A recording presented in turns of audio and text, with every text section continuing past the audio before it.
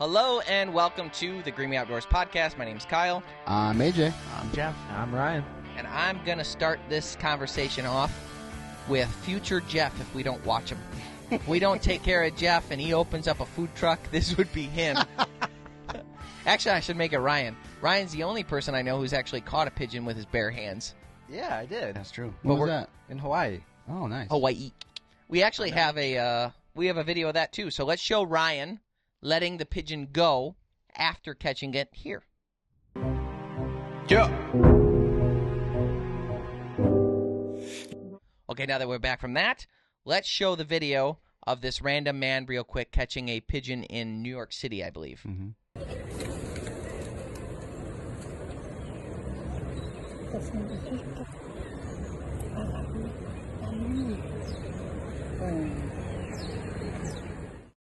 New York City halal food cart. That's what it says. I know. Food cart worker caught on video catching pigeon with bare hands. Now, here's the thing. They say worker, and I'm offended by that, and I'll tell you why. There's no way he's not an owner. That level of dedication to put clean meat on the table for the company and keep track of overhead, that man's the owner. It's tough to get a permit in New York City, so he's got to be the owner. But what if the scenario is that he's tired of the food he's cooking all day, so he's like, I want something different? Well, he doesn't like falafel? Maybe not. Maybe he's tired of it. You'd get tired of it if you had to eat that every day. You're just sitting there cooking it, smelling it all day, every day. There was a kid in our school. His name was... What was his name? He was down the street from us. They raised Shaheen. Michael Shaheen. Yep, there you go. I liked him. Nice guy. Yeah. Not well, yes, American, but something. Cut. No, his family was from somewhere and came here. I don't know where. He was a second-generation immigrant. I don't know. I don't. Second generation. So anyhow, his family raised pigeons in their backyard. Mm-hmm. Really? Quite a few of them. Yeah, actually. yeah, like to the point where it was like talked about. He's a pigeon boy. Yeah, it wasn't like a badge of honor in school for him. His mom was the chick from Home Alone 2. Right. I'm not just picturing a guy in a trench coat with like a pigeon on each shoulder, and he's like, pigeon boy. He rode on the school bus every day with us. His house was 13 houses from yours. Yeah. It's not like he lived far. No, anyhow, nice kid. We traded Pokemon cards with him. You didn't steal them. Yeah. So, yeah, like we know who, Michael Jocks. So anyhow, they raised pigeons in the backyard, and they would come and go, and like if you put feed there, you just let the pigeons live out their life, and then every night they'll come back. Yeah. And then like one day you just don't open up the door. You're like, harvest them and then eat them. And a lot of people think, ew, pigeon, because they see them and they think, city, flying rats, and they get all these names. And Theo Von mentioned you can't trust them because they look like a dove that smokes, and they got no shoulders, so you can't believe anything they said. Dude, I looked at a damn pigeon the other day, and let's be honest, bro. These bitches they don't have any shoulders, bro. So right out the gate, they fucking probably, they're lying about a lot of shit. They look like they've been smoking, too. A lot of pigeons are just doves that smoke. It's a great bit. But anyhow, pigeons get a bad rap, but food-wise, they're just big doves. Yeah. I mean, we've gone out of state because you can't hunt them in Michigan, which I won't go into, but You can. You can pigeons. Yeah. I'm saying doves you can't. But we've gone out of state, harvested doves, and then pigeons were like interchangeable at the property we were at. They could be cruising around too, and we shot some pigeons. Invitation to pigeon hunt anytime we want in Clare. So What? anytime we want to hunt pigeons, we can in Clare. Who is this? My aunt and uncle. Oh, do they have them? Mm-hmm. They live on a farm, and there's pigeons. Is there a silo? Yeah. How far of a drive is that? I think by about. It's right by Darren. Yeah, it's maybe like an hour-ish. We can go to dinner with Darren and then go shoot pigeons. Yeah, it's Mount Pleasant area. Let's do that ASAP. Okay. That'd be fun. Yeah, Rocky. And then, anyhow, back to the Sheen family that are hopefully watching. They raised them. They would harvest them, and people got like a bad rap. But as we got older and we started harvesting them in other states, I'm like, these things are great. Mm-hmm. They're good eating. I raised them myself. I had 6 pigeons for quite a while, and then I didn't do the thing properly where you close the door and they know where to stay. 1 got taken by a hawk, 4 disappeared, and then I ate the last one. Okay, how was the last one? They're delicious. Did it taste big dove? Did it taste the same as like wild ones we've shot? As wild as they can be? Less gamey because I'm feeding them the same stuff every day. I Yeah. know for the most That's part what awesome. they're eating. They'll go out and scavenge their own stuff here and there, but their diet's much more regular. Yeah, that's pretty cool. Do you just eat them, season them, and eat them? Is that it, or is there? Yeah. You do the same thing we did with doves, where you thumb, take the wings Yep. off, then it's just a little. A thing? Yep. It'd be fun to do like a rotisserie with them. if you do Roast it. We can roast it. if you do get inspired to go pigeon hunting, there's a link in the description below of a video showing you how to clean the dove or pigeon once you get them. Yeah. There's and a I'll- pigeon-specific how-to video we have on our channel. Yeah, and then I'll post the address for my aunt and uncle's farm. Tell them Greenway sent you. Colton, the guy that I goose hunt with, and I've had a pretty good goose season this year. The guy that I goose hunt with, he's younger. He's an excellent guide. He works for a guide service. Really great kid and great hunter. We went out goose hunting and we did some jump shooting, and that link is also in the description below. That was a vlog I did where we went jump shooting geese. And I was talking to him, and he's like, hey, let me know, too, this year when you want to pigeon hunt after goose season. I was like, oh, yes. That's cool. You know, that'd We be have so many fun. inns. Heck yeah. We had none forever, and now we've got several pigeon inns. Really what you need is someone who doesn't care all that much about their silo. That's what you need, Mhm. because they're there always. We'll nick it, but No, we won't. Did you guys use Boss War Chiefs for this? We did. I won't say who, but I know a story of like those silos are made out of concrete. Someone was using shotgun rounds to take the silo down, like going around, boom, move to the next one, boom, and just go around. the Did it work? Shells would you need? They knocked it down. Were they using Jeez. Boss? No way. This was like many years ago. We're sorry, there's some copper-plated bismuth in your corn, but Non-toxic. It would have to be. They would have probably had to use slugs, I would assume. yeah. For all your silo removal needs, use Boss Shotshells.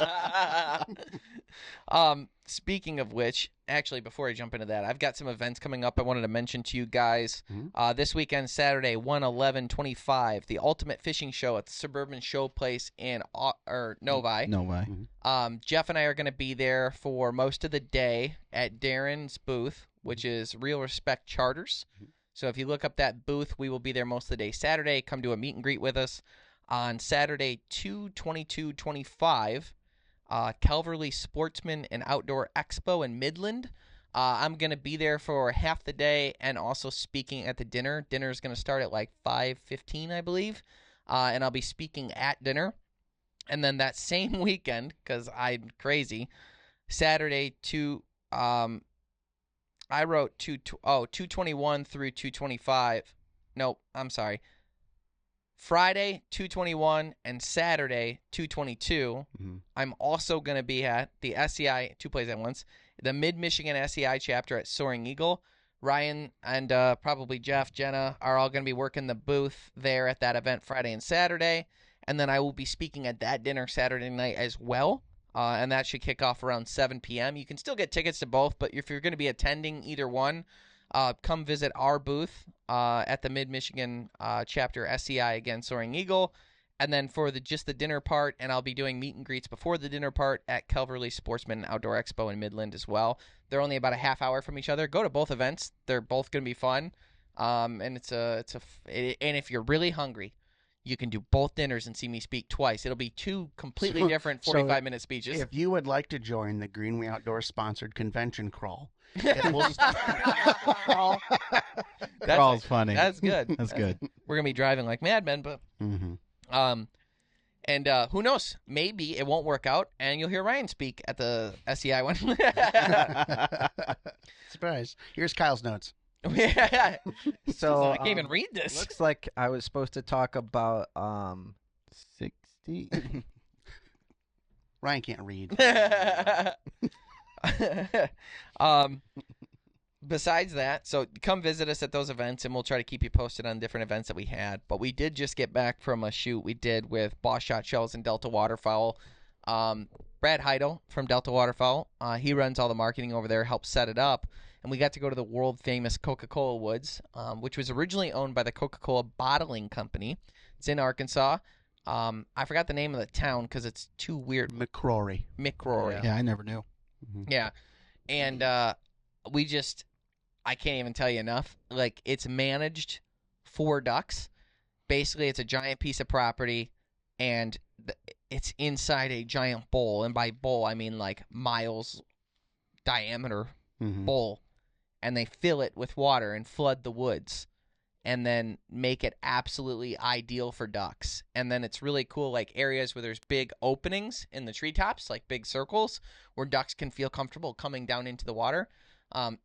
They were just calling them holes, but They named a hole after us because it didn't have a name yet. yep, Really? the Greenway Hole, I didn't know that. Yeah. which When you say it like until that, then- it doesn't sound nice. until then that meant no, I'm just kidding. We created our own hole. Yeah. So, in the Coca-Cola woods, they kind of have it set up. They have like this map in the one room, and on the map, there's like these little lights, and each one has a name, and it's like a representation of the different holes. So it's like, are you gonna be hunting the buck hole in the morning, or we hunted the last buck hole was the first one, and then we hunted I forgot which ones. There was a Garwin or something like that. Our that hole, yeah. we hunted, and it was just really cool to see the organization of it. And there's like full-time employees there that are doing nothing but managing those woods for ducks. And they actually draw down the water every year too. And I asked him, I was like, is it like swamp the rest of the year, like when you draw the water out? That's my He's like, no, it gets pretty dry. Really? Yeah. That's so crazy to me. Their season's only 60 days, and yet there's multiple people working there year-round just to prep for those 60 days Mm-hmm. and make sure it brings in as many ducks as possible. I love that it's invite only. It's Yeah. not just like you can And walk you up. get up, Nobody's you go to your little locker that has all your stuff in it, and then you walk the 20 feet from the back door to the boat ramp where you get in the boat. They drive you out. It's great. Yeah, it reminded me of a hockey locker room. It was Yeah. cool. It was perfect. That was neat. Perfect setup. Honestly, it was pushing my favorite thing ever. Yeah. So they hosted us there. The owner there is absolutely awesome. John, the staff there was incredible. The cooking was unbelievable. Oh, Everybody was so nice. The facility's awesome, like the lockers, but then we all had our own bedrooms.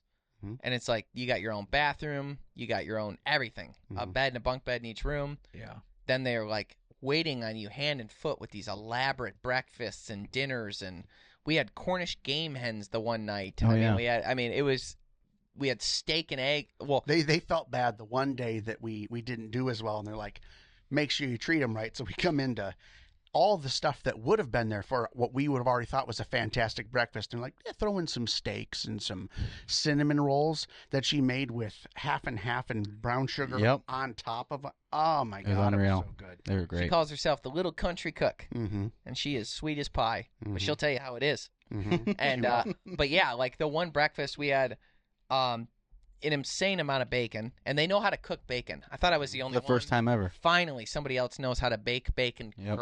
She baked it and then finished it on the flat top. Yep. Yeah, because she's perfect in every way. Yeah. So we had bacon, sausage, steaks, some sort of like French toasty casserole. Oh thing. yeah. That Mhm. was probably my Yep. favorite part of the whole thing. Mm-hmm. Then we had these little cheese bite bacon things. Then we had full steaks. Then we had biscuits and gravy. Yep. Hash brown. And the Hash biscuits brown and gravy yeah. with chocolate gravy too. Yeah, that was an There option. chocolate gravy, which, as it turns out, is just hot chocolate. hot homemade chocolate pudding. I didn't do the chocolate. It was good. Yeah, It It was not really over good. sweet. No? I did the gravy. I just went classic. It was- Yeah, it that was. There were so many food options, and then they had your glass, your orange juice, and your water sitting at everyone's seat. And It's then like you're on a this- cruise. Dude, it was amazing and the nicest people. Mhm. And like I said, we can't thank Delta Waterfowl and of course John, who sits on the board for Delta Waterfowl, enough for the opportunity to go there and experience just that. Mhm. And then there was like an arcade room. We were playing Tetris and we played ping. Miss Pac-Man.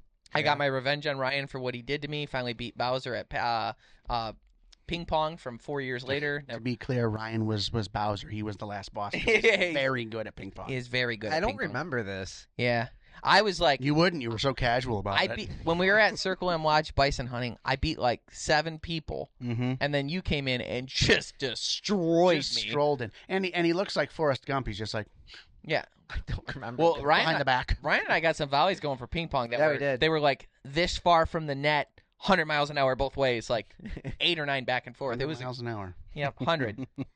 Don't take this from us. You're just mad because you were Princess Peach. I wasn't very good. You're Princess Peach. I'm not good at fiddling ping with your pong. cigar. I won't claim to be.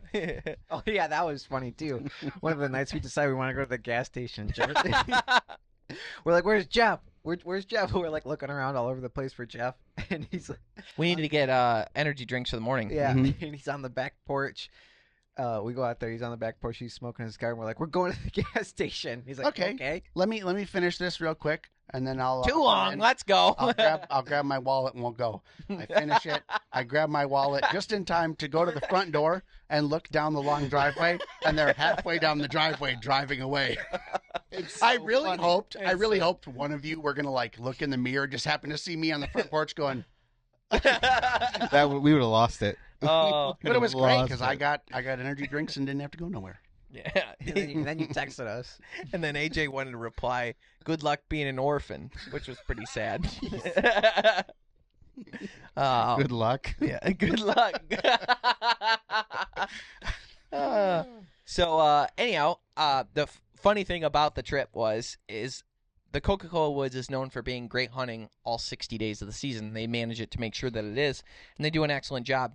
We could not have hit at the absolute worst possible time ever. Oh yeah. We went down there the day after Christmas, and it was just that mid-season dry spell for them, which they never get. It was wildly different for us too because we're used to hunting in Michigan in big areas where, cloudy, rainy. That's what brings the ducks in. That's good duck hunting weather. That's a good point. That's what it was while we were there the first 2 days. And they're like, yeah, this is terrible. We need sunny, Yeah, sun. cloudless days. It's like, that doesn't sound right to me at all. But it's just, that's what you need in timber. Yeah, because basically the ducks aren't using the timber is used as a protection. So it's a way to hide from predators. They don't like being out in the rice fields eating rice during the bluebird days because they can get picked off by a hawk easy. Mm-hmm. So when it's bluebird days, they get uncomfortable and then they go tuck into the trees and hide. So when you're hunting timber like we are, you're hunting the hide. Mm-hmm. Of course, we had like rain, fog. I'm like, this is a great morning for duck hunting. They're like, this is awful. And then fog rolled in like I haven't ever seen. Oh yeah, it was pretty thick. Wild. That's pretty cool. But the first day, we ended up with 3 spoonbill. And For those of you that don't Which know, a was spoonbill record-setting. is not, it's a duck, you can hunt it, but it's not very good for eating. Not when you're comparing them to the mallards that they normally get. yeah, and I mean, there's a little bit of like, have you really had a fish that was awful besides that one catfish yeah. that we had that was probably spoiled? Mm-hmm. Um, I'm sure if you clean it and cook it the Sure. right way, it'd be great. You're saying like I like that it's they a call 'em- preference thing. yeah, It- I like that they call them Hollywood mallards. Yeah, that's what they call them because they got green heads and Oh, they're that's like, but funny. they're all they got this big long bill and they're like they look like they're in, so they make decoys. They're like over the top and they've got a bling necklace on and it's a That's shoveler. It's there's like a whole bit on TikTok and stuff that people go crazy over shovelers. But like we did the remember last year when we did the diver duck episodes where we were like every podcast we were eating a different diver duck that I Yeah. shot just straight up and none of them were bad. Yeah. This shoveler is gonna be right in there with them. Mm-hmm. Oh, It's okay. just they're eating ducks that are mallards that are stuffed with rice. And when we got home from the hunt, we were cleaning them, and you would cut the neck, and rice would pour out like it was stuffed in there. Gosh. And it's like, like, a cartoon. yeah. And Dang. the only person here to actually have consumed those ducks, except for the ones we made into jerky, was you. Mm-hmm. Tell us about your experience. How did you cook it? It was a very positive experience, but I think it gave me a little bit of gout. What? Yeah. What? Yeah, I woke up the next day and it was. Do you The think red, meat got you? I think it was because I haven't had anything else that would trigger it, Yeah. and No is ding- red meat no a gout thing? ding-dongs? Red meat, red wine. Tell them about the thing you discovered. disease of kings. There was a video I was watching. I This is look great. at recipes and stuff on YouTube just to get ideas. And one of the guys is he does historical recipes that he finds in like books from the 1500s. And one of the ones was labeled just gout, the disease of kings. I go, there you go, AJ. Yep. I knew that you were. Very Victorian of me. You seemed a class above the rest. So do we think it's red meat or Hostess? I don't think it's Hostess anymore. Really? I Oh, don't. convenient. Yeah, I know, right? Thank God, so we can crack into that. But I again. think there's a trifecta of like it could do it. Yeah. Yeah, it's a red meat, alcohol, shellfish type of thing, and I haven't had that's what you 2 or 3 consume. of those. And that's historically what AJ rich eats. people ate. Yeah, So, but But no, yeah, we Your whole diet. Kyle dry aged them for 5 days perfectly, and he gave me step-by-step directions on how to do it, and I'm pretty good with the knife and in the kitchen. So I went to do the classic duck l'orange recipe, and what the French call les incompetents. Yeah, so I did the old sear trick on the cast iron and finished it off in the oven, and timed it perfectly thanks to Gordon Ramsay. He gave me some tips, and then I finished it off with the homemade orange sauce, which was insanity. Did it get sticky? Yeah. That's awesome. It was sticky from right off the oven. Like you had the perfect like good barbecue sauce. Oh yeah, and yeah, you really get that that sauce gets really thick once you add all the ingredients into it. But I made it all. I kind of like because I saw Ramsay do it, so I'm like I'm gonna mimic this. So you get like orange peels, and you thinly slice them, and you kind of roast them a little bit with the orange juice, and then you take them out and they're crispy, and then you lay the duck on top of it, and then you spread the sauce, and it was awesome. It was fantastic. Do you like baste several times as it's cooking, or is it just a one and done? No, I do that. I just made the duck, and then the sauce was separate, and then I just okay. But I coated the crispy peels in the orange sauce. Were there any bones involved in this recipe? No. But I didn't think about it, and there weren't any. But the pellets that people. Oh, you found some pellets? I did not. I knew that because he cut it. But I was like, I'm eating this casually, but I know sometimes people get. No, I looked out for you. I made sure you got one that didn't have any holes. Yeah, it was perfect. Yeah.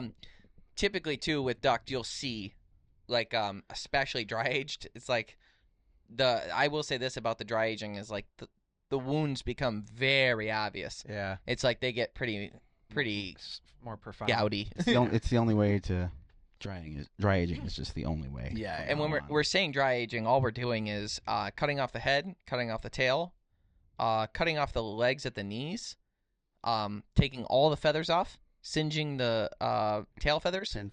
Pin feathers, sorry. What'd I say? Tail feathers? Tail feathers. Shake a tail feather. And then I go up the spine, and we take shears on each side of the spine, and we found shears. What's the brand on them? Because those were impressive. It's like... It was like a tool brand. Yeah, like not Craftsman, but something like that, like heavy duty. And when I went to the hardware store, they're like, you cut metal with these. I'm like, those are the ones I want. So cutting out the spine was like so simple. Pull the spine out, take the guts out. Oh, nice. Rinse it off. Jeff soaked them in water in a bucket. He drilled a hole in the bottom of the bucket and then had the hose on the top. So the water was constantly flowing in and out over them. Soaked them that way. Wow. Pull them out. You have to pat them dry completely. They have to be dry as a bone. Then you put them in the fridge facing down, so the breast side up. The open spine canal is down on like a rack. So skin down? No, skin Skin and breasts are up.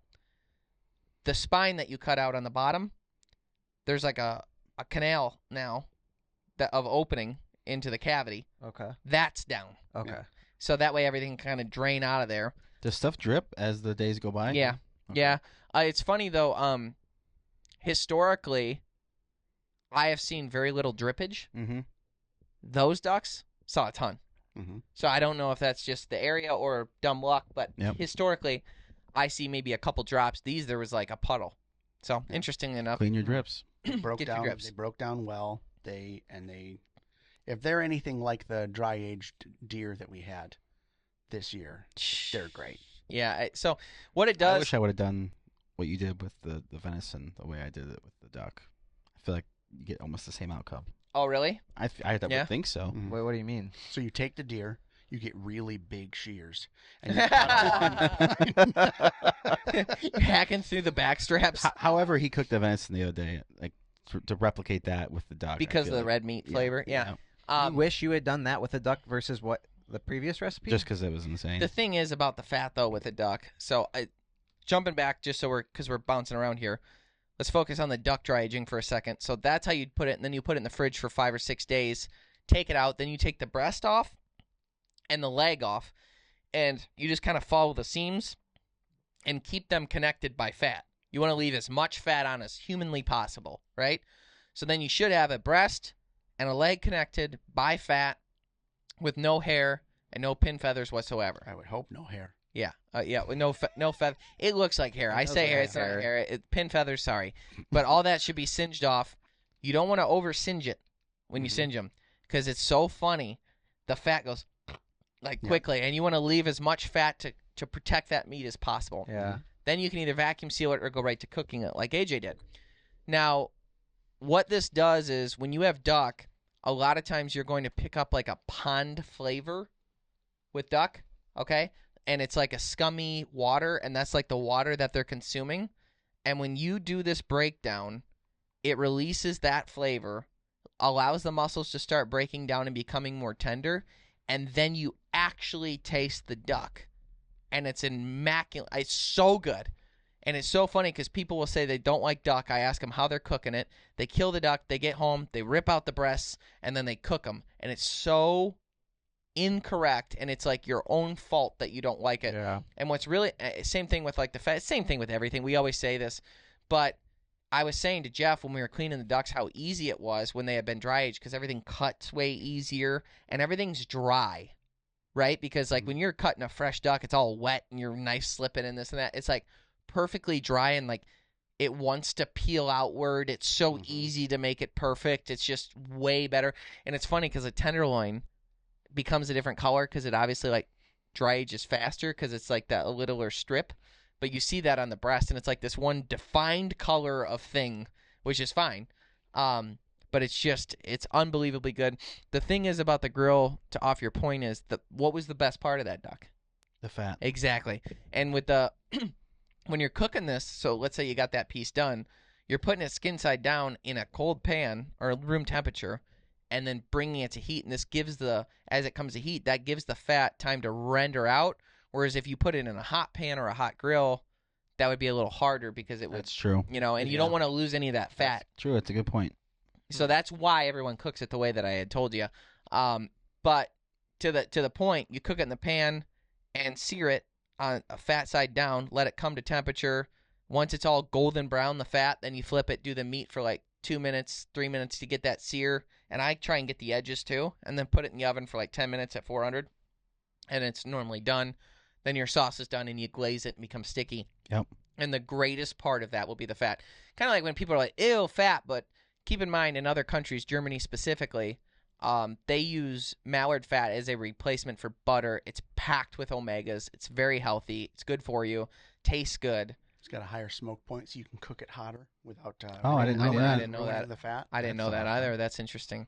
Yeah, so there's a lot of benefits to eating the mallard fat, but kind of like a ribeye steak, if you have someone that knows what they're doing with the ribeye, and you have that fat and that packed with flavor, like those edge pieces, you're like, oh my gosh, is this good? That's like what the duck is. Yeah. It can be that good. And so it just bothers me that people don't really get the message on that. But what's interesting is you're eating a duck that was packed with rice. Yeah. Which is also very Which you interesting. said the way to go. It affects the flavor, what they're eating. It's occurring to me that people from like 200 years ago, on average, probably ate better tasting meat than we do now because they had no way to, like, what do we do with our meat? It goes, animal's dead, you process it, straight to the freezer. Yeah. And it never will leave the cold until someone's throwing it into a pan. Whereas when they didn't have the option for that, it would sit out for a little while and age itself. Yep. It might not have been as cleanly. Yeah, and it's kind of funny too. In other That is countries, true. India specifically, depending on the day of the week, is how spicy the food will be. Because they'll make the food with the meat and stuff like that, but they don't have like refrigeration in a lot of the poor areas. So as the days go on, because they make a big batch at a time, they just keep adding spice to cover up the fact that the meat's starting to go bad. Oh, Really? Yeah. So it's like I have the heard- spicier it yeah. is, probably the more rotten the meat. Dang. And in a similar vein, and they talked about this at the deer camp or the duck camp over there, the what I would call the poor man's equivalent of dry aging duck, and people apparently used to do this, where they would take duck, after they shoot them, they would just hang them by the neck somewhere, and then they would just let them hang there, not gutted, not nothing, just hanging there, until it like breaks down enough where the body separates from the head and falls to the ground. Once it falls to the ground, Oh, you know, Then yeah. you know it's ready. And like I get that that's basically the same kind of like what we're doing, just then you take out the skin, remove the guts and whatever, but I don't think I could ever get behind that. no one is scared of duck guts. That's what I've learned. Yeah. No one's scared. I talked Yeah, no one. if I had a refrigerator system, like a walk-in cooler, Mhm. I would hang my ducks like that. Yeah. Guts in, no problem. Let them hang for a week that way. When I had talked to Uncle Ted, he said that he has a walk-in cooler and he just hangs them in there and then lets them go for, 10 days or something like that, and then goes out and cleans them. But in a cooler, in that situation, like I can see that. They're not big, so they don't hold heat. But the old timers would just hang them on the fence. No. Is this like freezing temperatures or refrigerator temperatures? These big ones that he's referencing. Refrigerator. Okay. Well, Yeah. yeah, I don't think it works in a. It wouldn't freezing. It wouldn't happen. It would stop the aging. everything. Yeah, Okay. the aging wouldn't happen. So that's what we did with the ducks. As far as the deer, jumping back to the dry aging on that, we actually hung our deer in a cooler. Mhm. We did gut it, Mhm. but we left it skin on in the cooler for 19 days, something like that, 18 or 19 days. And the difference it made was incredible. Skin on, but then we took them home. You take the skin off. The skin comes off way easier, too, once you've dry aged them. And the meat, holy Hannah, is it tender. And I will say that it's a texture thing for me. I like the texture better after it's dry aged. I don't know how to quite explain it, but like sometimes when you're chewing red meat, something happens like right around where you're almost ready to swallow, but it ain't there yet, where it kind of becomes a weird texture. Mhm. That goes away from this. And the other thing is about dry aging is when you're depleting something, muscle tissue of liquid, which is what happens in the dry aging process, it kind of becomes a little bit of a dry sponge, and a dry sponge is just going gonna to say that. accept a lot. Mhm. And that really leaves it open to be able to flavor it the way you want. You know, if you sear a dry aged steak in butter, you'll taste the butter. Mhm. You know what I mean? Whereas something that isn't dry aged is just kind of on the outside and not really. Yeah. I've enjoyed venison that we've done in the past. Obviously, I've continued hunting. But I would compare venison we had before this to like a gristly steak at a truck stop versus a really nice steakhouse. Oh, like Like dry aging does that much for it. It's a different kind of meat. yeah. There is no. You're so not much saying better. what we ate. Eating venison was not eating truck stop garbage. I'm saying However, that's the amount of difference you're the getting gap. between regular venison and dry aged venison. it matters that much. And I thought we were eating good meat before. Venison doesn't taste bad if you cook it right and do whatever. But if you dry age it, it's a new level. I blew everyone's mind with my recipe. Mhm. And all I do is after dry aging, of course, I just took a hunk of backstrap. I kind of take the whole backstrap, the long one, and I cut it up into maybe 5 pieces, the whole backstrap, depending on how big your animal is. And so you get steaks about that long and about that thick. And I'll take that and soak it in Italian dressing for 3 or 4 hours once it's thawed. And then what I'll do is I sprinkle Rufus Teague steak rub. Yep. It's a new thing that we've always done meat rub. They're steak rub though specifically, and then I put that on the grill, and then I cook it for. I tend to cook things to be medium, or that's about the level that I go to. So I'll put the grill at 425, and I'll do 10 minutes on each side, and then when I take it out after the flip, I'll put a little bit of Dale's seasoning. It's like it's a liquid. That's the ticket. Yep, Dale's liquid seasoning, and then a little bit more of the rub on top of the Dale's once it's on there, and it's like a dark brown liquid. You can get it at a lot of stores. You just pour that over the top, not too much, just enough to coat it, and a little bit of that steak seasoning. Take it off. It's done. Let it rest. That is important for probably about 5 or 6 minutes. Then you cut into it this like short ways, and that will break up the tissue so well, and it's like eating tender, perfect. Oh man. I mean, I kid you not, It was it an was like experience. better than any filet mignon I've ordered at any restaurant ever. Yeah, I've been I a would lot agree. of places, and that was better than I think any steak I've ever had. It's awesome. When you were cleaning the deer, how did the muscle groups break apart? Easier. And they became more defined. It's like everything's dry, so nothing's slick. Everything's very easy to cut. It wants to be cut. Oh, that's cool. It's because when you're cutting a fresh deer up, everything's very Yeah. like gummy and movie and yeah, it's just- half like your knife stroke is like just like making like the silver skin taut. yeah. Mm-hmm. Mm-hmm. Exactly. Whereas this is like, it's like you want that muscle out, you just shoot. Oh, that's cool. And And the whole muscle just goes Doesn't as Ray you cut it. Doesn't Ray Hoodie skin his and then dry age? I swear I saw it. He does 11 days, no skin. He would put them in his garage. You can do that, but the nice thing about the skin is it protects the meat that's right at the surface. If you skin it first and then dry age it, it develops a pedicle. We call it pellicle, but that's not actually. Yeah. But that outer layer then needs to be shaved off before you can get to the good meat. Because it becomes hard and dry. Yeah. Well, I remember we were in the garage one time, and it was like this zombie deer sitting on the table. Before we even knew what dry age was. Mm-hmm. Yeah, and I wouldn't do that, especially because of I definitely wouldn't skin something I was going to dry age because of the backstraps. You're exposing them then. Mm-hmm. Whereas when they're under the skin, you have no meat loss on the backstraps if you leave the skin on. Yeah, it sounds like skin on's a lot better. Yeah, 100%. Yeah. Yeah. But they That's they do look pretty homely. Mm-hmm. Like when it comes time to clean them, they look pretty homely. Yeah. Better than I can imagine than with the skin off. A lot of people like dry age for a long time, and they don't care what temperature, and they just leave it out in the garage. And then, like, when you talk to people the same way about the ducks, they're like, yeah, you just scrape off the mold. And, like, if I saw mold, I'd be like, that's that. And they're like... That's how Italians do meat, how they make, like, that's you. prosciutto and other things like that. Yeah. You just hang That's how it's cured? The whole hock in their cellar, and it's not cold, but it's colder. And then you just let it go, and it basically dry ages for, like, a long time. Yeah.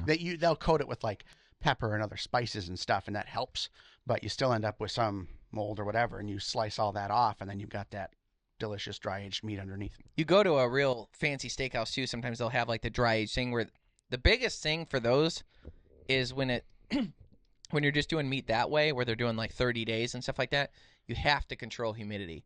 And the steakhouses can get away with that because they've got these special refrigeration systems where they do it. But you'll look at them and be like, That's true. This moldy thing, you'd be lucky to get it. It's $1,000 for a bite, you know? Yeah. Doesn't Goki do it? They did. They stopped. Oh, really? Oh. People didn't know about anyways. it, so they were off. No, yeah, because they're never open. Yeah. Like, I'm arguing with it's your company. What are they, a front? I think so. It's possible. That and Fenton Home Furnishings. Yeah. If you go to how many $2,000 couches you selling? But there's a place called Goki Koki here in Fenton, Michigan, and it is like they're never open. We've been one time. We have been one time. I've only ever gotten it via DoorDash. That's the only way I've And they're open every day. Yeah. I've never seen them open. I've never seen them open. The Greenway Outdoors is brought to you by Ram Trucks, built to serve. Bass Pro Shops and Cabela's. Your adventure starts here. Savage Arms. Better comes standard. Nosler Ammunition. World's finest bullets, ammunition, and brass. Boss Shotshells. Superior made and American made. Carlson's Choke Tubes, the only choke tube we've ever purchased. Onyx Hunt. Know where you stand.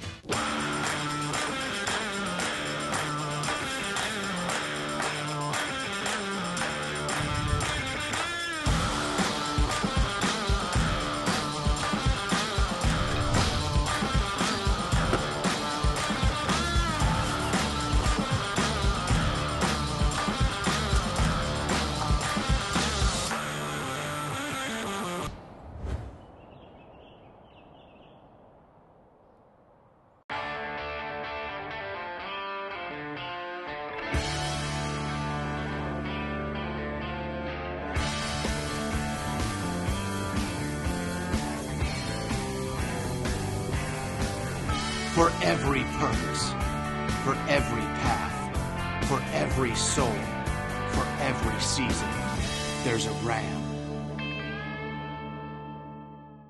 The Greenway Outdoors is brought to you by Ram Trucks, built to serve. Bass Pro Shops and Cabela's. Your adventure starts here. Savage Arms. Nosler Ammunition. Boss Shotshells. Wilderness Athlete. Fuel for the rugged. Tracker Boats. Fish the finest. Eagle Fishing. Designed for the savvy angler. Rufus Teague Barbecues, Snacks, and Spices. Rectech Grills. It's more than a grill. It's a way of life. Sea-Doo. Make your own waves. LEM Products. Motivating people to hunt, process, and prepare their own food. Quiet Cat. The leader in electronic bikes for hunting, fishing, camping, and exploring.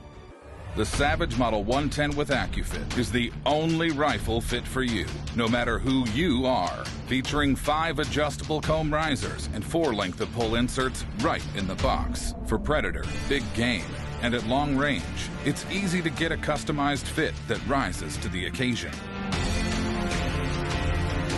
The Savage Model 110 with AccuFit, built to perform, fit for you.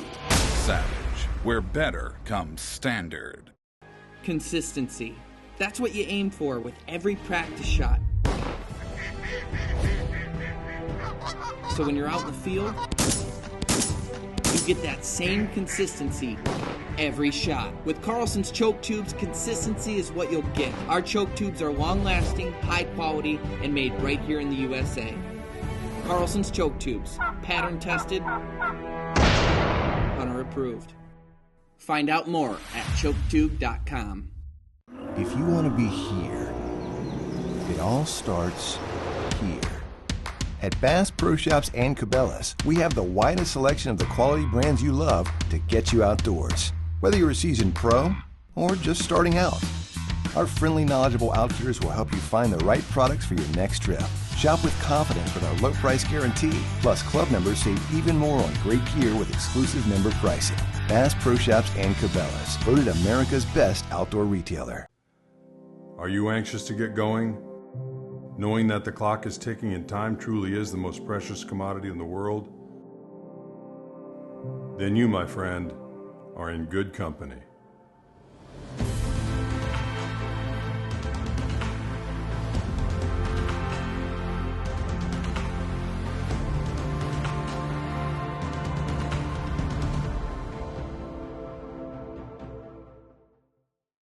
Getting back to deer, getting off of the dry aging. This year's deer camp was unique in that it was the first year Here we go. that no one has talked about seeing a coyote, and especially no one has shot a coyote, because they are kind of like the thing we've talked about where people don't like shooting does because there's a rule and whatever. Yeah, dumb rule. There's also a rule: if you see a coyote, on you site, shoot it. You shoot it. Bounty on coyotes. Because they've had trail cams. There's a pot. They've had trail cams up looking at coyote dens, and one year they tracked them bringing in like 14 fawns in a matter of like a couple days. Oh, really? 2 was weeks. wild. So they're taking out fawns, so they want you to shoot them. Well, this year they didn't see any, nobody shot any. So I'm looking into what, like, is the coyote population down or whatever. And I came across a really interesting group of studies done by the University of New Hampshire. They're researching how coyotes are responding to various pressures, whether it be human hunting, urban populations expanding, larger carnivores, that kind of stuff. And they found a lot of differences that they weren't expecting that kind of goes against like the normal things you think of when you think of coyote populations. So they've got, they suggest that human hunting may contribute to increase in coyote populations. I've heard that. Which, you know, you think you're hunting them, that's reducing the population. But then what you're doing is you're getting rid of a lot of the coyotes that are out scavenging, hunting, whatever the fact. And established coyote populations, they'll tend to pick a pair, and those are the ones that reproduce. And that helps prevent younger coyotes from reproducing, which could potentially impact the pack somehow. Nature. And breeding. Whereas if you're hunting all of the older coyotes, you've now got a younger population that is more prone to immigrate to larger areas. And then on top of that, as we know, when they call, when you hear a coyote calling, if no one calls back, that causes a biological change that leads to increased litter numbers when they have the next. It's an aphrodisiac. Really? Mm-hmm. But they're basically doing they're doing a census. They're howling. If there's a lot of howling, okay, just those two can keep having babies. If there's no howling, we got to get to going, and then they have more offspring. Oh, You know that, like, there's one deaf coyote who's just looking to get it. Like, I didn't hear nothing. He's like, I love that. come on, Wilma. It seems like you could, like, I guess in theory you could do it if like everyone set up like calls to go off at a certain time, or like when the device heard You like calls convince going, them. if everyone had their speakers going, and it's like, yeah, we've got plenty, and next thing you know, if you split the population in half. The thing is actually part of it though is the fact of the unique calls specifically, so they know each other's voices. Yeah. So what would actually happen is if you did those calls they would just come in to investigate to figure out what that other one is, which is why coyote hunting is effective. By running a coyote call, they're like, who the heck is that now? That's not Fred. Yeah. There's some weird noises. Yeah. Yeah. So they actually Followed found by that loud bangs. aggressive coyote hunting can minimize populations short term, but can actually lead to a boom and increase populations long term. So what? We just If so facto. You're damned if you do. You're damned if you don't. Yeah, they actually found that the biggest impact on coyote populations was larger carnivore, like introductions or increase in populations of good. bear, Here's the fight mountain for lions, wolves. all Yep. that kind of stuff, because that leads to increased pressure on them, causing them to limit their territory. They bears more so in wooded areas, and then mountain lions more so in open areas. And several studies determined that increased populations in areas where hunting is allowed, and that's over several years, which means that hunting may not have reduced but actually increased populations locally. So they say that recovery of the carnivore populations, they have a greater impact on reducing coyote numbers than people hunting them directly, which kind of goes against what Everything. we've seen, because we've been seeing people hunting coyotes, seeing them, shooting them, whatever, and then now we're not seeing them as much anymore. But I wonder if that's just we're in that swing where now the younger ones are really getting into it, and they're all hanging out in the den more and making babies. And yes. Yeah. So yeah, and then the other thing that impacts them is urban development. So cities limit populations by fragmenting the habitat. So obviously you're not going to see as many coyotes. Unless everyone in that neighborhood's got dogs. Small ones to be specific. And then suburban development doesn't limit populations, because that increases access to those edges that a lot of animals like, where they can hang out over like an ag field or whatever the case. And that increases their access to food, to all sorts of other stuff. So they're finding some things that are counterintuitive. So we kind of have to keep research going to figure out how to properly control numbers, because it seems like they're on the rise from what I've heard, not what we've seen anecdotally. And you didn't see any up north, you said? Yeah. Yeah, but This is the first year. they're around. We did hear them one night though. Sure. So they're around. Yeah, I mean, like, what, your 4-hour hunt isn't a good representation of how Right. they're really Sure. out there. They're around. But They're it just goes to show you that you can think you're doing good work in reducing the population, and then 2-3 years go by, and all of a sudden there's way more than there were, just because. It freaks me out to know who's doing the research. Yeah. You know what I mean? University of New Because Hampshire. we're seeing dumb stuff Southern New now. Hampshire. Like, Yeah. we're seeing dumb stuff now, like the NRC in Michigan, which is extremely offensive and non-scientific whatsoever. As a protection to coyotes, we didn't feel comfortable. They didn't feel comfortable. The NRC didn't feel comfortable with us hunting them during their breeding season, which is our turkey season. When they're eating turkey eggs, we can't shoot them. So the season closes for a while because they were having babies. It's like, come on. Who gave them power? We did, but There's no threat to coyote populations right now. They're No. doing very well. no, it's not even the threat to it. It's like, well, it's immoral. What? Yeah, wasn't there a comment about the optics of it? Yeah. Well, the whole thing was the reason why they passed it was they said is because, like, the optics of it to the outside of like us hunting coyotes during their breeding season. It's like, dude, we just got our turkey numbers good. Come on. Like, use your head for 2 seconds. And the NRC is supposed to operate strictly off of science, and there's nothing scientific about that whatsoever. So they're actually breaking something that we put on them, like as a constraint, and they're just breaking it. It's extremely offensive. I know it's being fought right now. It's just, I know MUCC's fighting it, which is great, but it's just extremely offensive and extremely stupid, the whole thing. That's why it makes me, like, that kind of stuff makes me wonder who's doing the research. Obviously, you said who it was, but it's like, I had heard that before, and I've had a lot of people that, like, spend a lot of time in the field hunting predators and managing lands, and they see it different. Yeah. You know, they go out and they really put the hurting on them in an area, and they're hired to do it for farmers. And, like, it's their job to make sure they're getting all killed. And they go out night after night after night calling, using thermals and shooting these things and whacking and stacking. And they've seen it impact positively for them. Mm-hmm. But like you said, it could be short term. I guess what I'm saying is I don't know the answer, but I am just always skeptical when Yeah. it seems like they're saying hunting isn't the answer, because we know conservation is hunting, and we see that all the time. I did like this study because it was a collaboration it was across the United States. It was a collaboration with a bunch of different wildlife agencies, DNRs, Fish and Game, all those. And then they had something like 4,500 game cameras all around the United States keeping track of populations.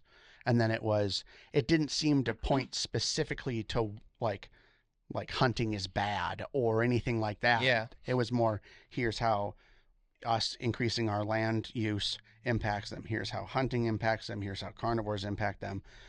Here's the data we have. There's no conclusion. It's just, this is what we've learned. Here it Right. is. So it was, It makes me wonder too, is because we shot the wolves into an oblivion. Hunting wolves is way harder than coyotes. You can have a lot of wolves in an area. Good luck finding them. They're hard to hunt, man. They're smart. They are difficult. They might not be a wily coyote, but they're really, really, really tough to hunt. Mhm. And we obliterated them in olden days. Yeah. So, and it worked. And wolves are big coyotes. So it takes more to feed them, but they're smarter and they're harder to hunt. In our experience, they're not going to be tricked as easily. they're hunting you just as much as you're hunting them. Right. It's very difficult hunt. Like, I talk to people that wolf hunt, and they're like, you got to know where they're going to be and just be there. Jeez. And good luck. Good luck. Their noses are incredible. Good luck. Yeah. But we obliterated them. So it makes me wonder, like, if everyone got as freaked out by the coyotes as the wolves, I feel like hunting might work. And that's where that's where the seed of doubt is. Yeah. I'm not saying that science isn't right. I'm saying, like, there's a seed of doubt here. Yeah. It's like, And that's also based on probably reduced hunting in general, just because less people are hunting. Well, Right. another big part of it too is trapping. No one traps anymore. Yeah. That was a lot It's a of real shame. Trapping's was- fun. I don't want to. uh, I just don't like it. Yeah. Yeah. I'm not against it. I'm not trying to stop it. I just, the thought of, like, It's not for you. Not for me. no. I'd rather go out hunting. Yeah. Like shooting. I feel better about I that. understand it if like you're like it's not really anyone's form. Of I income understand it. anymore, but like if you're doing it for the pelts, Mm-hmm. you don't want to mess your pelts all up. Mm-hmm. Sure. So I get that. I do it because I got chickens, so I've got foxes in my backyard, lots of raccoons trying to get into the coop, possums. I've trapped some muskrats just for fun. Yeah. Do you have a feed of your coop? Do you ever see when the raccoons or when they get obliterated? I've done that before when I've had a hard time. Like, even though I'm trapping, it doesn't seem to be doing anything. And I had footage of a raccoon coming down off a tree onto the fenced pen, like, so it's like not coming from the ground. It's like Mission Impossible. Yep. Getting in and then going in from there, finding a little spot where they could bend the bars enough to get in, and then get in from that way. But they weren't. I only ever had one like that where they actually got into any chickens and they only killed one. Thank goodness, because sometimes they'll go in and just Slaughter them all? massacre them for fun. Jeez. But We actually did another vlog, and that link will be in the bio too, where Jeff did some raccoon trapping at a farm, Mhm. and that was actually pretty interesting. Yeah. That was fun. That Yeah, was it's a good neat. time.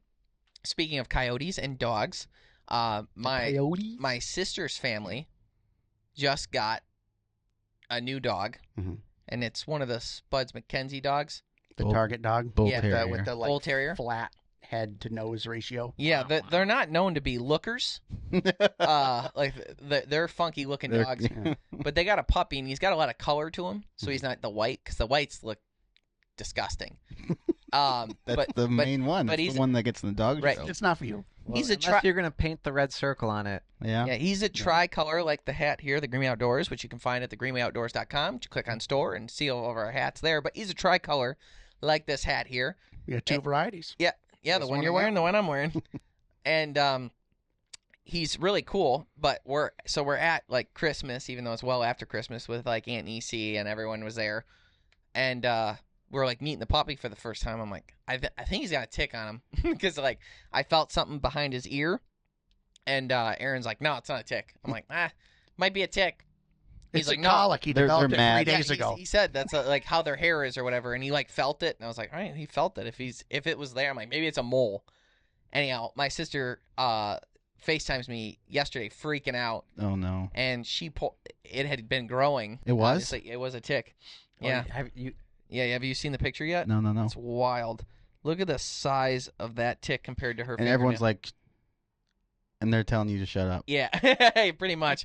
And then she's like, I wish you would have pushed it more. I'm like, well, I said it twice. Yeah. It's what a are you supposed to colic. do? No, it's a tick. Yeah, it's It's like- colic. He developed it 3 days ago, and there's a little rock in the middle of it. That's normal. How did they put? Do you know how they pulled it out? I don't, but I told her if you use tweezers, you got to make sure that you're soaking them in rubbing alcohol. Then, if you and then taking him, you should be putting him in a some sort of container and keeping it sealed and keep it for the next 3 weeks. See if the dog starts acting kind of funny or not. Mhm. And I told her to clean the wound out really well with rubbing alcohol as well. And she said that she did that. So Yeah. we'll see You what gotta happens. really got to make, especially with big ones like that. You have to make sure those pinchers are out Mm-hmm. because they'll. It those looks will just- from you can look at the picture and we've probably got it up on the screen right now. You can see that the whole thing's there. Okay. Yeah, she did a good Good. job. Yeah, you got to make sure you get the tweezers right down to the very base, and even take a little skin if you have to. Yeah. Don't squeeze too hard, because if you're squeezing, it's gonna start projecting its insides into the dog. You got to get right at the base and then pull real slow and basically kind of wait for it to let go. She said that it was crawling around when she pulled it out. Okay, it was like that's well good. alive. That's good. When It looks like she did it right. I have one of the tools. It's like it is like a dental scraper thing that Yeah. the Yeah. dentists use, but on the end of it there's like a little two-pronged thing that comes down to like a point. Yeah, like And then- the like the- waiter takeoff thing. That's what I was Like thinking. the back of a hammer. Yeah, yeah. And so That was good. you have the click, the tick, and then those prongs, and it slides over the mouth, or really it would be like this, and then you just like twist it in your fingers, and it will twist them out of the spot, and you get the whole thing every time. Oh, no it's one great. has. It's really great. Anyone who has a dog should get one, because then you're not going to leave nasties behind. You should put a link or something in the description for that. Yeah. We can find it on Amazon or something. Yeah, that one's a great tool to have. Probably cheap too. Yeah. Yeah, something you need. Yeah, you're working on another project right now too. We obviously work with Boss Shotshells. We talk about them all the time. They were part of that Coca-Cola Woods trip as well. Jeff's apparently wearing a shirt. Shout out Dirk. Want you to see. Yeah, Dirk went with us. To us, like we obviously have a lot of partners and stuff, but Boss is truly like family to us. We love them, love to see them succeed, and I just like the fact that their motto is good shit ain't cheap and cheap shit ain't good. And they live by that, and they make excellent shells that are extremely high quality. It's just, I rather work with the Ferrari of shotgun shells than anything else. They're We've awesome. got them sitting all along the office. They're all around here. But beyond that, just the fact that they're great people that you want to see win, the products are superior to everything else. So we're trying to develop something because they came out with some new products this year.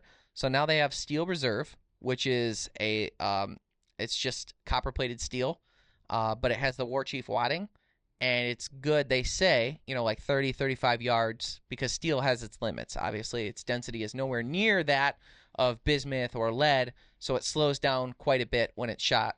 And we were shooting at 40 yards and killing birds, no problem with it. And I think that's because you're kind of getting the absolute best case scenario you could ever imagine with steel because of that War Chief wadding. So that's why. So the Steel Reserve is for the budget-friendly hunter, someone who's not trying to spend a bunch of money and is shooting most of their ducks over the decoys anyways. Comes in 1s and 3s, 3s for ducks, 1s for geese. Pretty simple. Then other load is their legacy load, which they've had for years. It's the copper-plated bismuth. It's the one that they've always had. The one after that is called the War Chief, which has that new wadding. It's buffered. It basically is giving you the absolute best-case scenario you could ever get with copper-plated bismuth. So the distance on that one's a little farther. And then they came out with Wolf Ramp, which is tungsten. It's an incredible load. It comes in 2 3/4. That's for shooting, really far.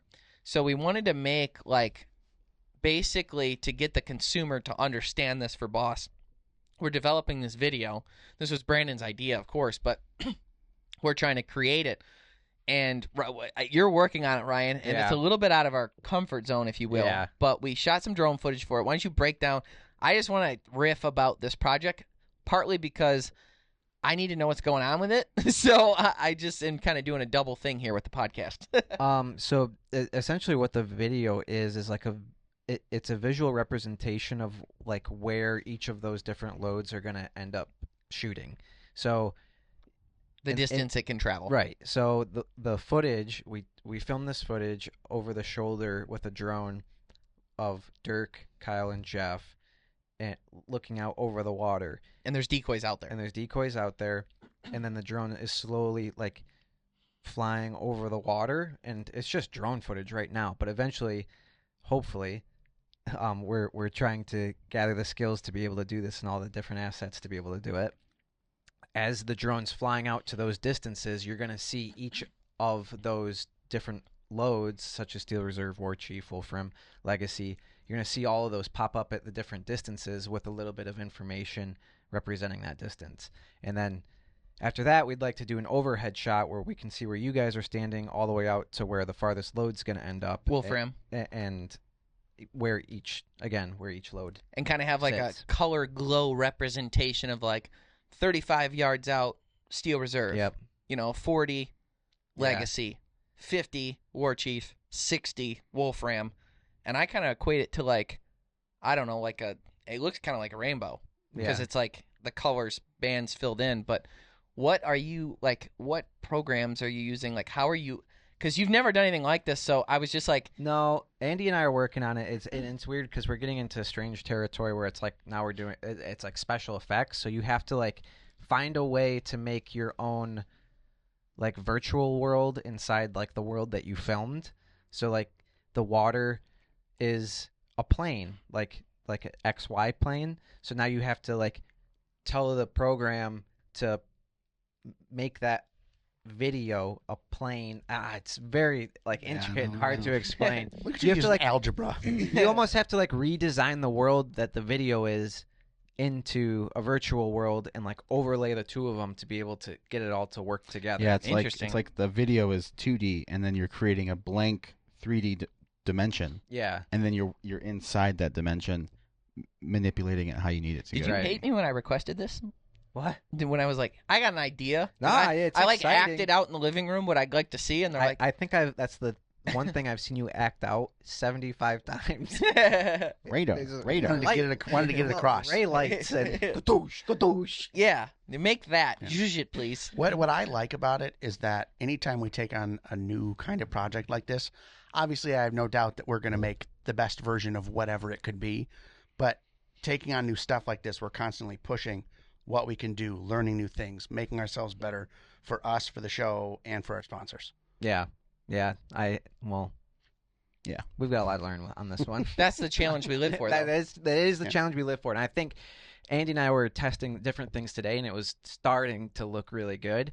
So I think the hard part is going to be like the fine-tuning these little small details that are really going to make it pop and look good. Like it's going to, when you set a logo into your video, it doesn't look like it's it doesn't look like it's in there in real time. Right. It looks like you set a logo on the video. So now the fine tuning would be getting those logos, like the War Chief logo, to look as though it was there in real time.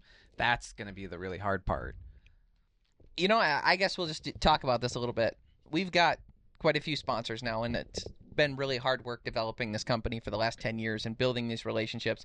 It's like, especially like we're making this for Boss, it has to be perfect because everything they do is perfect. Yeah. And we have to make it perfect. But I love the fact that you guys I love the fact that we get to come to work and spend 2 or 3 days trying to figure this out. Yeah. And, like, dedicating ourselves to it.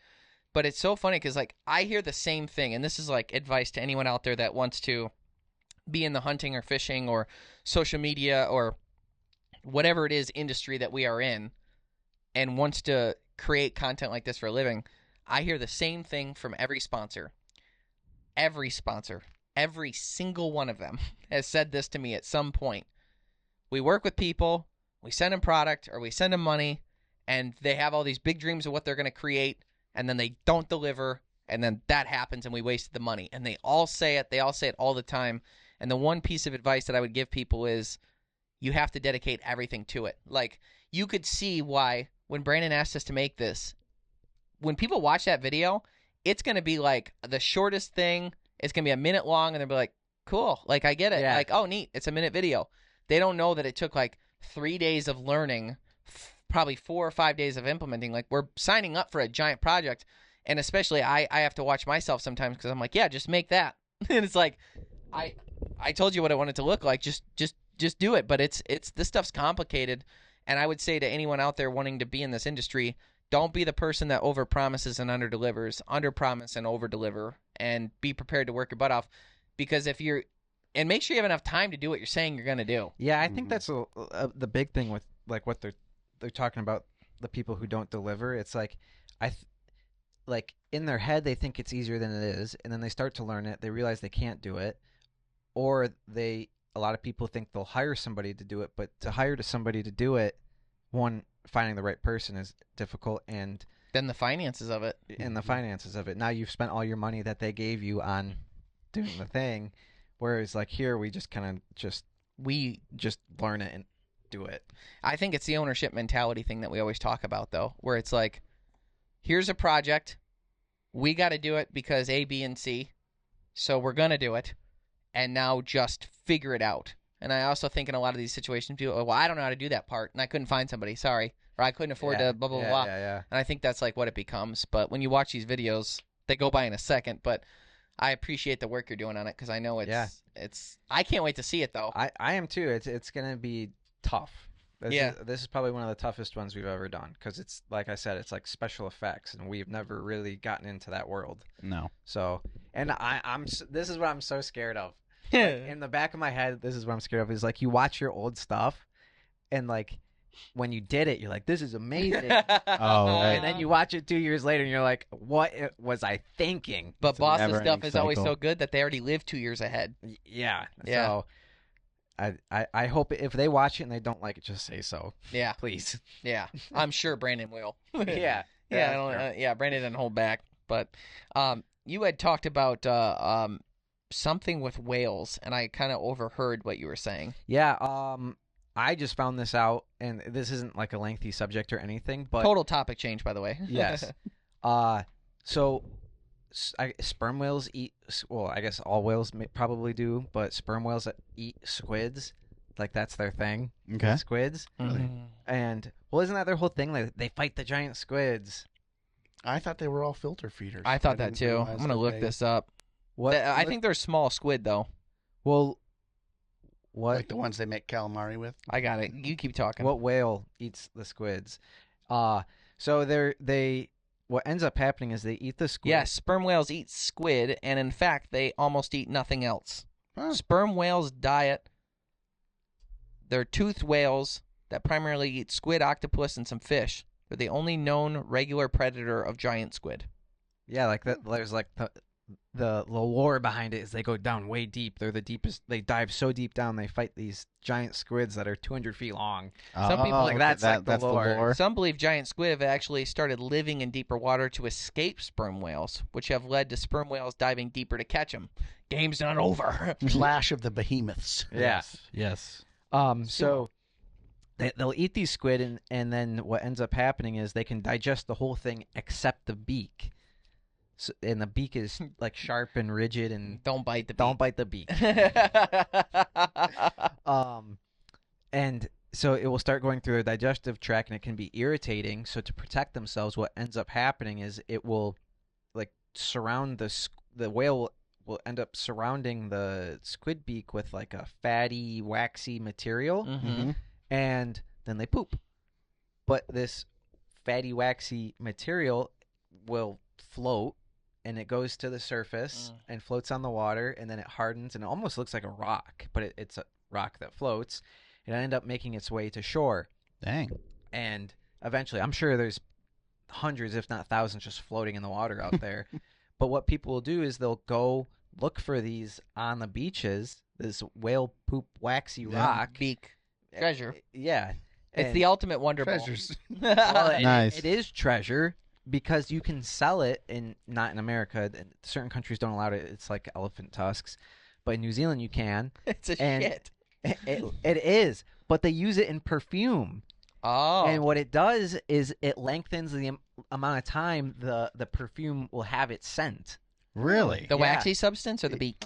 The waxy substance. Yeah, the Like- beak they sell for toothpicks. Yes, and it's called ambergris. Oh, yeah, okay. Ambergris is used for perfumes, and people will scour the beaches. And I guess So there's they like melt down the wax? I don't know how the production of how they're using it necessarily. I know what they use it for, but like this place in New Zealand, like there's a whole town that's like the unspoken town for finding it, and everyone there looks for it, but no one talks about it.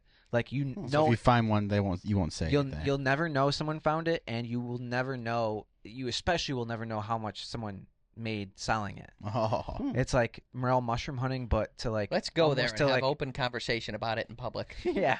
That'd be pretty funny. It's like I guess that's what it's like. It's like asking people like how much money they make a year. Or asking a farmer how many acres they have or how many head of cattle. Yeah. Or what are you sick with? Yeah. Or what do you- it's all the same. It is all the same. It's just as offensive. That's very interesting to me because, like, I get why they ban, like, tusks on elephants or the horns on rhinos because they kill the animal to get it. So they don't want you to sell it. They don't want you to have it because then you got to kill something to get it. With this, you're scavenging their poop. You couldn't possibly dive down to get the whale to get the poop. So what negative impact could No it have harm. on the whale that would cause them to want to ban it? I don't know. That's true. I wonder if it's kind of like you're not supposed to talk about when they like harvest pearls. They're like you don't tell anyone where you got them from. I don't Because a lot of times they can. I don't know if they can get them out without killing the clam or not. I don't know. I think there is a way to do it. It sure ain't the way they do it at Epcot. Yeah, I remember that. I remember that. He did. But yeah, I just thought that was interesting. That this whale poop is like so sought after, and it's like they like 1 kilo you can sell for like 20 grand. It's like some Really? ridiculous price for this stuff, but not here. I guess here in the States you're supposed to call NOAA NOAA to like report it, and they take it from you or something. I don't know. And It you can't, sounds you lame. can't list it on eBay, so. And how many people are like, if people found that and knew that they found it, how many people are really turning it in? Fecophilius. Oh, what if it is like a fecophilia thing? Fecophilia is like I mean, being if into I poop. found, I'd be into it. Yeah. Like if I found it, I'd be like, that's cool. Yeah, I'm keeping it. I'll sell it when it comes. I like when this it becomes legal. I like this little piece of poop. Anyways, thank Bowling you so bombs. much for tuning into the Greenway Outdoors podcast. We hope you enjoyed this one. Go check out our History Channel series, The Greenway Outdoors. You can find it on History Streaming, History on Demand right now, seasons 1 and 2 for History Channel. On top of that, we have a weekly vlog series on our YouTube channel. We've got a ton of how-to videos and all kind of great clips there that you can find, as well as, of course, a weekly video podcast. Thank you so much for tuning in. Stay green.